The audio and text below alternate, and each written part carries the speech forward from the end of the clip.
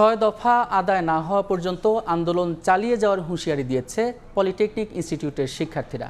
বাদ জুমার রাজধানীতে কাফন মিছিল শেষে একথা জানান তারা। বলেন, সংকট নিরসনে আন্দোলনের পাশাপাশি সরকারের সঙ্গে আলোচনায় বসতে চান তারা।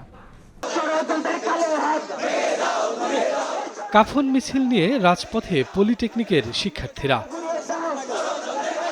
শুক্রবার বাদ জুমা রাজধানীর তেজগাঁও হলপাড়া মসজিদের সামনে থেকে শুরু হয় এই মিছিল। এরপর বিভিন্ন সড়ক প্রদক্ষিণ শেষে ঢাকা পলিটেকনিকের দক্ষিণ গেটে শেষ হয় কর্মসূচি। শিক্ষার্থীরা জানান, সমস্যা সমাধানে সরকারের প্রতি আস্থা রাখতে চান তারা। তারা এসএসসি দিয়ে আসছে, এসএসসি এবং এইচএসসি থেকে, আর জেনারেল থেকে আসছে। তারা কিভাবে আমাদের টিচার হতে পারে? কারণ শিক্ষাগত যোগ্যতা অনুযায়ী তারা আমাদের জুনিয়র। তারা ল্যাব সহকারী থেকে এসে কোনোভাবে আমাদের শিক্ষক হওয়ার যোগ্যতা রাখে না। কিভাবে তারা এসএসসি এবং এইচএসসি মাত্র ভোকেশনাল করে এসে আমাদের স্যার ডাকতে পারি?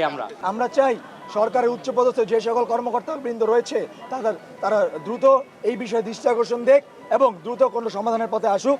মিছিল শেষে আয়োজন করা হয় সংবাদ সম্মেলনের। জানানো হয়, 6 দফা আদায় না হওয়া পর্যন্ত আন্দোলন চলবে।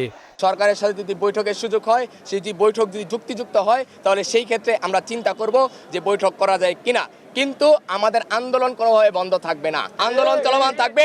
আন্দোলনের পাশাপাশি যদি বৈঠকের প্রস্তাব দেওয়া হয়, বৈঠক চাওয়া হয় যে কিভাবে কাজ করা যায়, সেই সুযোগ ছাত্র সমাজ অবশ্যই দিবে। দাবি আদায়ে প্রয়োজনে সারা দেশে আরো কঠোর কর্মসূচি দেওয়ার হুঁশিয়ারি দিয়েছেন শিক্ষার্থীরা। শফিকুজ্জামান রুবেল, সময় সংবাদ, ঢাকা।